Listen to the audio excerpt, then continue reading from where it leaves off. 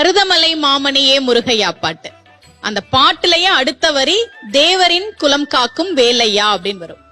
சின்னப்ப தேவர் அவர்களுடைய வாழ்க்கையில மிகப்பெரிய முன்னேற்றத்தை உயர்வை கொடுத்தது மருதமலை முருகன் தான். அவர் ஒரு தட்ட பணம் வாங்கியிருந்தார் சின்னப்ப தேவர். அதை திருப்பி கேட்டு அவர் அவமானப்படுத்துறார். உடனே நேரா மருதமலை முருகன் கோவிலுக்கு வந்தார். இப்ப மாதிரி சாலை வசதிகள்லாம் அப்ப கிடையாது.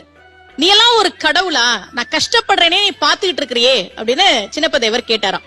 திரும்பி வரும்போது கீழே ஒரு 10 ரூபாய் இருக்கு, முருகன் கொடுத்துட்டான் அப்படின்னு நினைக்கிறார்.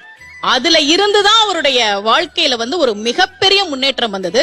மருதமலை முருகன் கோவில் 7ஆம் படை வீடு என்று போற்றப்படுகிற அந்த கோவிலுக்கு திருப்பணிகள் நிறைய செய்தது சின்னப்பதேவர் அவர்கள் தான். அதனால இந்த பாட்டிலேயே மருதமலை மாமணியே முருகையா தேவரின் குலம் காக்கும் வேலையா, தேவரின் குலம் மட்டும் இல்ல, நம்ம எல்லாரையும் சுக்குக்கு மிஞ்சிய மருந்தும் இல்லை, சுப்பிரமணியனுக்கு மிஞ்சிய சாமியும் இல்லை. நாங்க அந்த சுப்பிரமணியன் நம்ம எல்லாம் மருதமலை முருகன் கோவிலிலிருந்து காத்து கொண்டிருக்கிறான். அவனை பற்றிய பாடல்தான் மருதமலை மாமணியே